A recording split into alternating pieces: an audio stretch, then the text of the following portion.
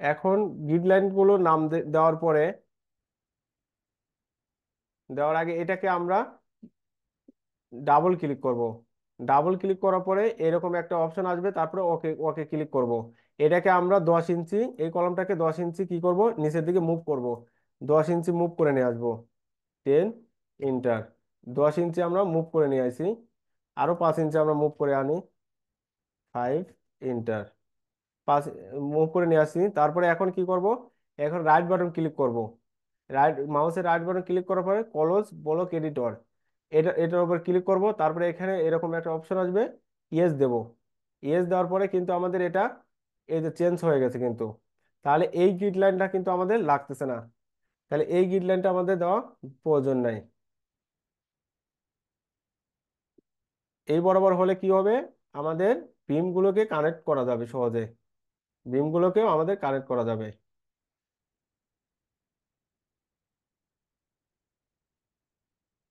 এটাকে আরো 6 ইঞ্চি মুভ করতে হবে নিচের দিকে।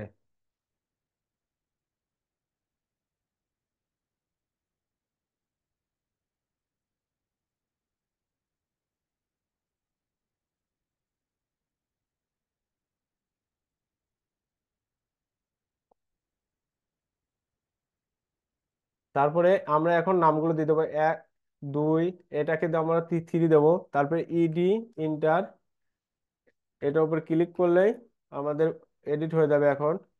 এটা 4 দেবো, এটাকে 5 দেবো, এটাকে 6 দেবো, এটাকে 7 দেবো, এটাকে 8, এটা 9, এটা 10।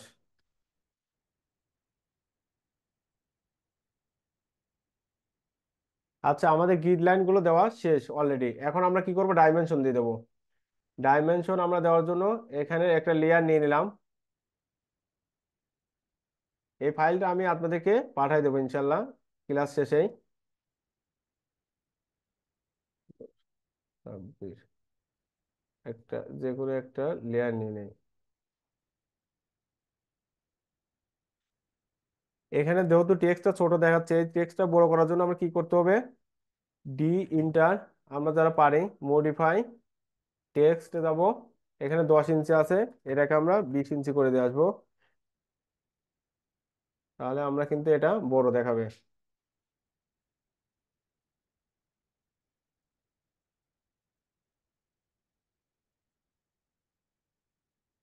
আমরা ডাইমেনশন গুলো জাস্ট দিয়ে দেবো এটার, কারণ এই ডাইমেনশন গুলো আমাদের লাগবে। এই ডাইমেনশন গুলো আমরা গুরুত্ব সহকারে দেব। এই ডাইমেনশন ভুল হলে কিন্তু আমাদের অ্যানালাইসিস ভুল হয়ে যাবে, কম বেশি হয়ে যাবে অ্যানালাইসিস।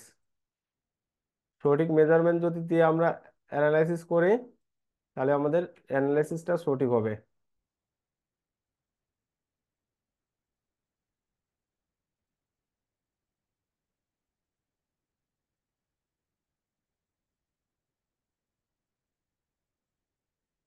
এখন আমরা এইভাবে ডাইমেনশন গুলো দেওয়া অলরেডি ওকে। আমরা এখন কি করব, ইটিএফ সফটওয়্যারে চলে যাব। এখানে মিনিমাইজ করে দিলাম। আমরা ইটিএফে চলে গেলাম। ইটিএফ এর উপরে রাইট বাটন ক্লিক করে রান অ্যাডমিনিস্ট্রেশন দিলাম। তারপরে ইয়েস দিলাম।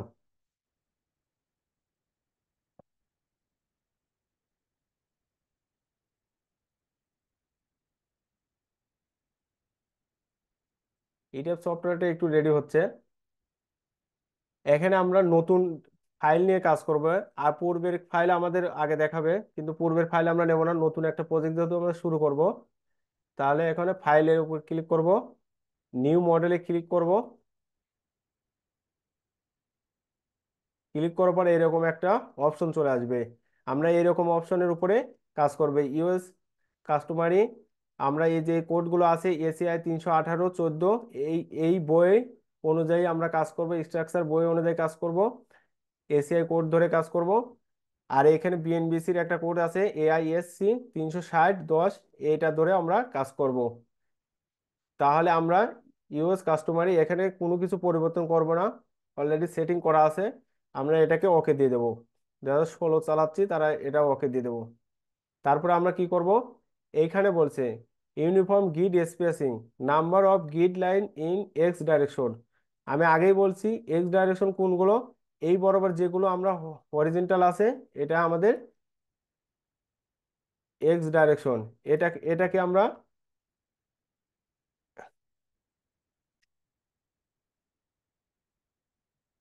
এটা এক্স ডাইরেকশন, এই বরাবর আমাদের ডাইরেকশন কোনটা, এক্স। এই বরাবর আমরা আছে এখানে এক্স।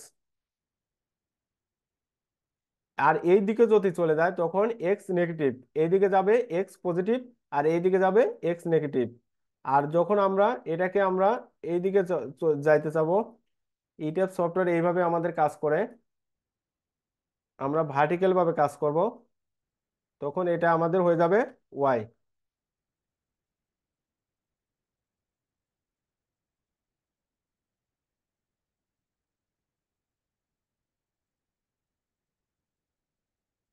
এটার উপর আমরা, এটাকে আমরা ওয়াই লিখলাম।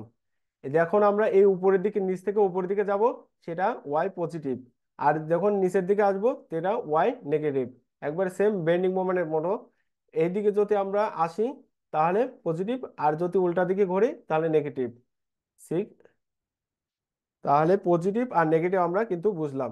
তাহলে এক্স ডাইমেনশন বরাবর আমরা কয়টা কয়টা আছে স্পেসিং, 1 2 3 4 5 6 7 8 9 10 11 12 13 14, 14টা আছে।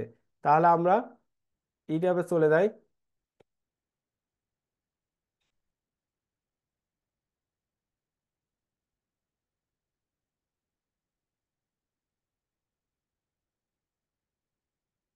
এখানে আমরা 14টা বসাই দেব। তারপরে এখানে আবার কি বলছে, এদিকে ওয়াই ওয়াই বরাবর আমাদের 10টা, ওয়াই বরাবর number of grid line Y direction, তাহলে আমরা এখানে আছে 10টা। তারপরে আমাদের এখানে কত আছে, প্রথম স্পেসিংটা আমরা বসাই দেবো এক্স বরাবর, তাহলে 6 ফিট 1 ইঞ্চি, আর ওয়াই বরাবর আছে 24 ফিট। তাহলে আমরা এখানে প্রথম স্পেসিংটা বসাই দেবো 6 ফিট, 6 ফিট, এখানে আছে 24 ফিট, 6 ফিট 1 ইঞ্চি। তাহলে আমরা এটাকে নেব 6 ফিট 1 ইঞ্চি, 6.08, 6.08। এক এক ইঞ্চিকে যদি আমরা ফিটে নেই তাহলে 0.8 হবে, 0.8 হবে। তাহলে এখন আমরা কয়তলা তৈরি করব এটা, এটাকে আমরা তৈরি করব, সাপোজ আমরা তৈরি করব, আমি বলছি এটা এটা হবে রেসিডেন্সিয়াল টিপিক, এটা জি, জি, বি, তাহলে 2টা ফ্লোর, আর এখানে 13টা ফ্লোর, তাহলে তাহলে হচ্ছে আমাদের 15টা, 15টা ফ্লোর হলে আমরা লিখবো এখানে নিচে একটা দেব, উপরে একটা দেব, মানে টোটাল আমরা লিখবো 16 17টা। কেন 17টা লিখবো, কারণ আমাদের এখানে মাটির নিচে একটা ফ্লোর থাকবে, প্রায় এখান থেকে, এটা যদি আমরা সয়েল ইজিএল হয়, ইজিএল থেকে আমাদের প্রায় 6 ফিট 8 ফিট আমাদের নিচে থাকে, এটাকে আমরা একটা ফ্লোর ধরে নেবো হিসেবে। আর এটা যদি আমাদের লাস্ট রূপ হয়, রূপ থেকে উপরে আমাদের একটা ফ্লোর ধরে নেব, কারণ এখানে আমাদের সিঁড়িঘর হবে, সিঁড়িঘরের জন্য কিন্তু আরো 10 ফিট হাইট হবে, সেটা আমাদের ইটেবে হুবহু তৈরি করতে হবে। প্রজেক্ট এইখানে যেরকম আছে সেম ওই রকম ভাবে আমাদের প্রজেক্টটা তৈরি করতে হবে। তাহলে আমরা কি করব, 15 আর 2, নিচে 1 উপরে 1, তাহলে 17। তাহলে আমরা এখানে বসাই দেবো 17, 17টা। তারপরে এখানে টিপিক্যাল স্টোরি হাইট, মানে স্টোরি একটা ফ্লোর থেকে আর একটা ফ্লোরে হাইট কত। সাপোজ এই ফ্লোর থেকে আর একটা ফ্লোর আমরা নিলাম, আমি আগেই বলছি রেসিডেন্সের জন্য আমাদের 10 ফিট, আর যদি কমার্শিয়াল হয় মিনিমাম 11 ফিট হতে হয়। তাহলে আমাদের ফ্লোর টু ফ্লোর 10 ফিট আছে, তাহলে আমি এখানে দিয়ে দিলাম 10 ফিট, ফ্লোর টু ফ্লোর আমাদের হাইট 10 ফিট। আর মাটির নিচে কত ফিট যাব, যেহেতু আমরা এটা পাইল ফাউন্ডেশন হবে, যেহেতু হাই রাইজ বিল্ডিং আমরা বুঝতে পারছি পাইল ফাউন্ডেশন হবে, তাহলে এটা বটম স্টোরি হাইট দিলাম মিনিমাম 8 ফিট দিয়ে দিলাম, 8 ফিট দিলাম। আর এখানে আমরা এই যে এখানে কাস্টম স্টোরি ডাটা, এটাতে ক্লিক করব, ক্লিক করার পরে এডিট স্টোরি ডাটা, এটাতে ক্লিক করব। ক্লিক করার পরে এখানে আমরা নামগুলো দিয়ে দেব। এটা আমরা সাপোজ নিচে থাকবে বেসমেন্ট, এটার উপর ক্লিক করে BASE বেসমেন্ট, লিখলাম, তারপরে লিখলাম গ্রাউন্ড ফ্লোর জিএফ, তারপরে লিখবো ফার্স্ট ফ্লোর FST, তারপরে লিখবো সেকেন্ড সেকেন্ড থার্ড। এগুলোকে আমরা জাস্ট বোঝার জন্য আমরা দেব, নাম আমরা দিলেও হবে না দিলেও হবে, জাস্ট আমরা ফ্লোর টু ফ্লোর বোঝার জন্য। এটা 6 ফ্লোর, এটা 7 ফ্লোর, এটা 8 ফ্লোর, এটা 9 ফ্লোর, এটা 10 ফ্লোর। কারো কি বুঝতে সমস্যা হচ্ছে? 9 ফ্লোর, 10 ফ্লোর, বুঝতে সমস্যা হলে বলবেন। 11 ফ্লোর, এটা আমাদের 12 ফ্লোর, 12, এটা 13, এটা 14। উপরেটা আমরা লিখবো টপ, মানে রূপ, সিঁড়িঘর। তাহলে আমাদের কিন্তু ফলন আমরা যেভাবে দিয়েছি 17টা, সেভাবে কিন্তু আমাদের আছে। এতে মাটির নিচে আমাদের 8 ফিট চলে গেছে, আর বাদ বাকি এই যে 10 ফিট করে উপরে সিঁড়ি করার জন্য এটাও 10 ফিট।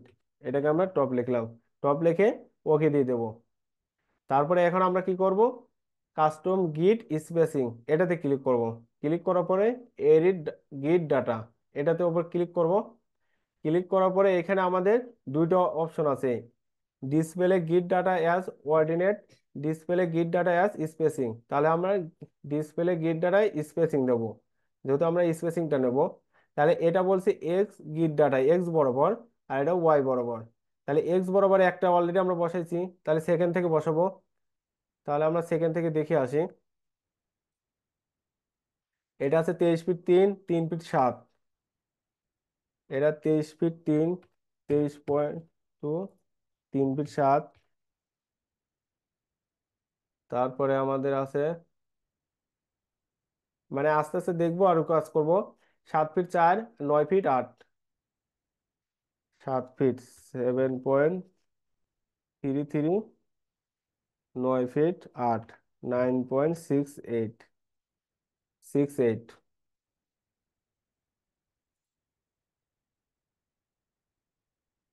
তারপরে 7 ফিট 1, 1 ফিট 9। মানে হুবহু এখানে যে স্পেসিং গুলো আছে ওই স্পেসিং গুলো আমাদের তুলে দিতে হবে। তারপর 7 ফিট 1, 1 ফিট 9, 7.08, 1.75, 1 ফিট 8। তারপরে এখানে আছে 18 ফিট 7, 23 ফিট, 18 ফিট 7, 18.58, এটা 23 ফিট। তারপরে আমাদের আছে 14 ফিট 3, 13 ফিট 10, 14 ফিট 3, 13 ফিট, 13.83।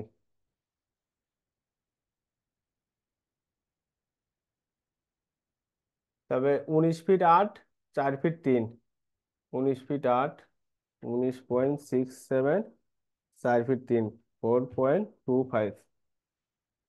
এটা কিন্তু এই যে স্পেসিং গুলো আমাদের হয়ে গেছে এখানে দেখা যাচ্ছে। তারপরে আমরা চলে যাব ওয়াই বরাবর।